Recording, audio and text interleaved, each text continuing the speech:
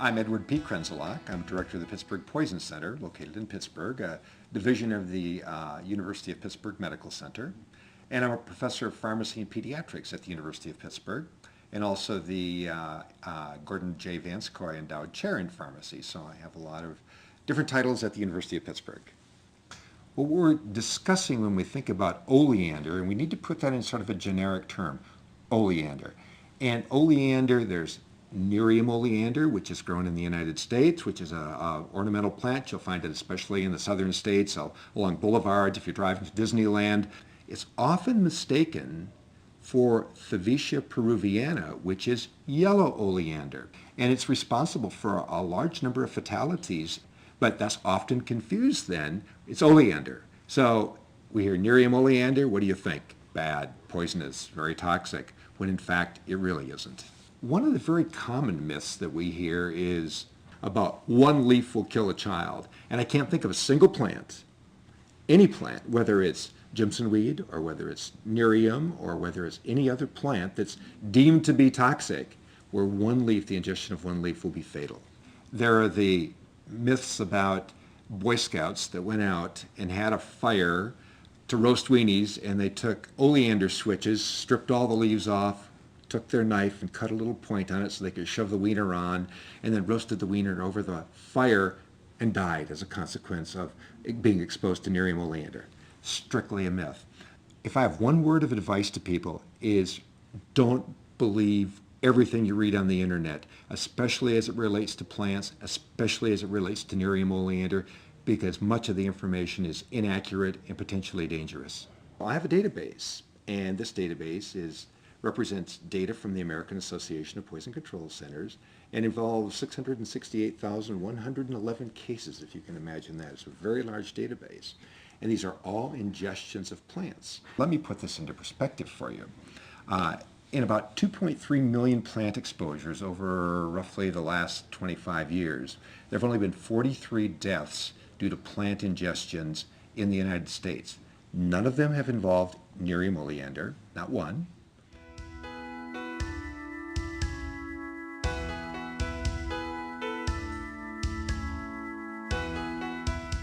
Hello, my name is Bob Newman. I'm a research scientist, a pharmacologist by training. I received my education in New England at various schools, including Vermont Medical Center, and did a year of research at Stanford University in California, followed by 24 years at University of Texas MD Anderson Cancer Center. So as a pharmacologist and toxicologist, my primary concern was one of safety. That we knew that there are components within Nerium oleander that had the potential for toxicity in high enough concentrations, but within a skin cream, this was very, very important that we identify safety concerns first. So first and foremost, what we did was to do a safety study in a clinical setting. That is, with application of Nerium AD to the skin, we used the most sensitive type of analytical instrument, tandem mass spectrometry, to define whether in fact there were any detectable nanogram levels of cardiac glycoside within the systemic circulation after application to the skin. Tried our best, validated analytical system, could find no oleandrin or other cardiac glycosides present in the human plasma from these volunteers who applied this to their skin. Without absorption through the skin into the systemic circulation, we deem this to be a safe product. That, together with past studies where we were intentionally administering cardiac glycosides for treatment of cancer, showed the great safety to topical application of this. Now, of great surprise and delight to us was the fact that in these safety studies, we started seeing improvement in certain skin effects in individuals, and that is reduction of wrinkles, improvement of sunspots, reduction in intensity of colored spots within the skin, which led us to believe that there may be potential here for a more normal application as a cosmetic cream applied to the skin for health and beauty benefits.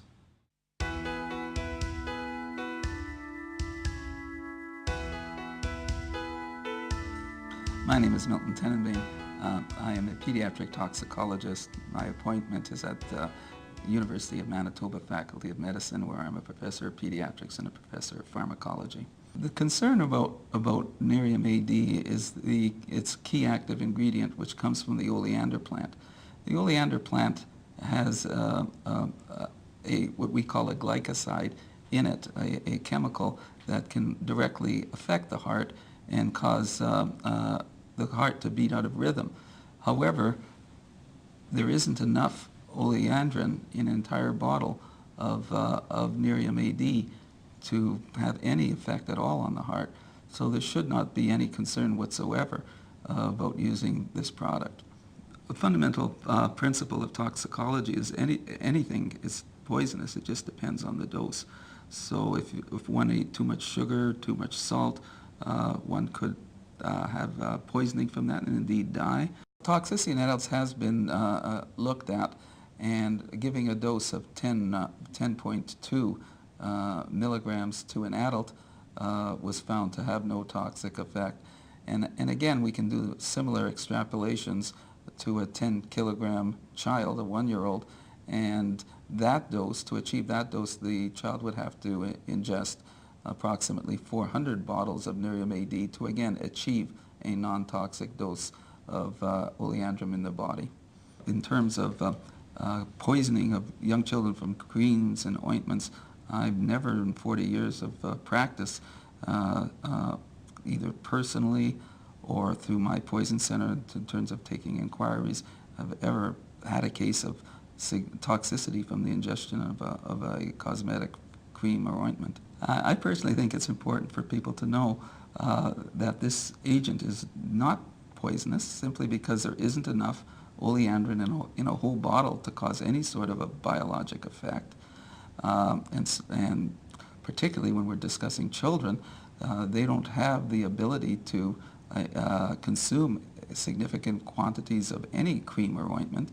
And finally, this bottle is very difficult to open for adults, so it's safe to assume that it would even be much more difficult for an infant or toddler due to their limited neurodevelopmental abilities.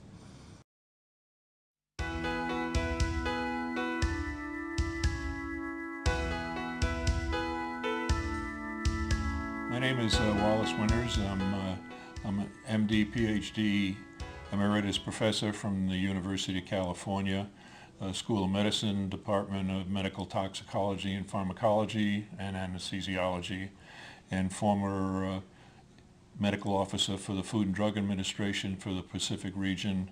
As a toxicologist, I had concerns about the potential toxicity of this oleander in the product. There are other interesting comparisons of safe products that contain potential toxic ingredients. Potatoes, tomatoes contain chemicals that could produce toxicity. All chemicals and drugs are poisons, and it's the dose that matters. I was especially awakened to this fact by reviewing the literature on Botox, which is probably one of the most toxic chemicals we have, and yet it has been possible to adjust the dose to a level that is relatively safe to use in thousands of patients. The Nerium product, as a result of the studies that we designed and did, indicated that there was no evidence of toxicity and no evidence that the oleandrin was absorbed through the skin. So therefore, my conclusion is that the Nerium product is perfectly safe to use.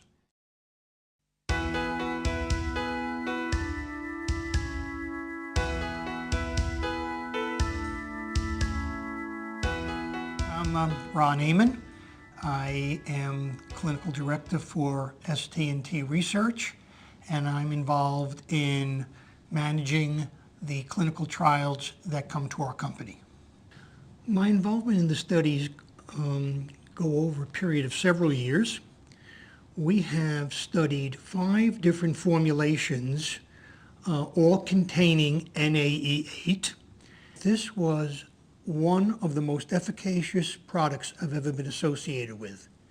We did 5 studies, 155 subjects, and on average, we saw statistically significant changes in the appearance of deep lines, the appearance of fine lines, and the appearance of emerging lines. That is to say, they were all reduced after 14 days of treatment and then 28 days of treatment.